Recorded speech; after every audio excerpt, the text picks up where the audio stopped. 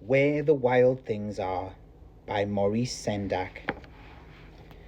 The night Max wore his wolf suit and made mischief of one kind and another, his mother called him Wild Thing, and Max said, "I'll eat you up." So he was sent to bed without eating anything. That very night, in Max's room, a forest grew, and grew, and grew, until his ceiling hung with vines and the walls became the world all around. And an ocean tumbled by with a private boat for Max, and he sailed off through night and day, and in and out of weeks, and almost over a year, to where the wild things are.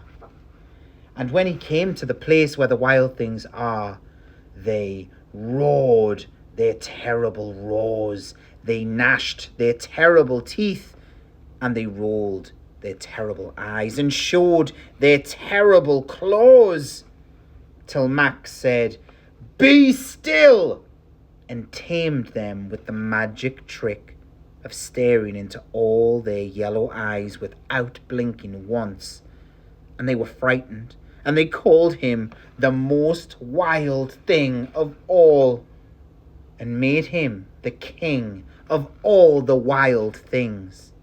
"And now," cried Max, "let the wild rumpus start."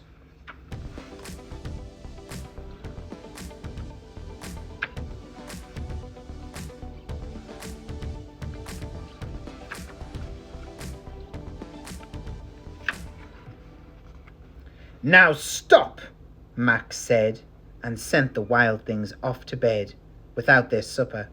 And Max, the king of all the wild things, was lonely, and he wanted to be where someone loved him best of all. Then, all around, from far, far away across the world, he smelled good things to eat.